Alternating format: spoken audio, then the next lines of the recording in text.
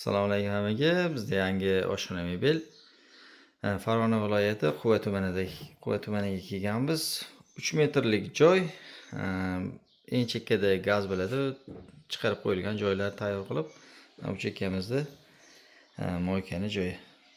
Sekin ko'rsatib boraveramiz. Oshxona mebelimizni korpusi tayyor bo'ldi. Moykalarni tushirib qo'ydik.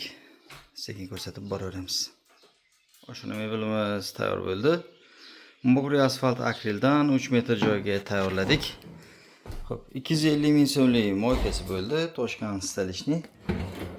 Xo'p, qo'shadonlari bor.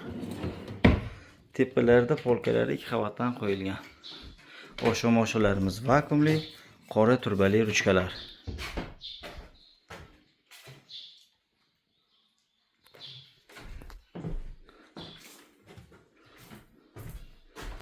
Farg'ona viloyati Quva tumanida qildik.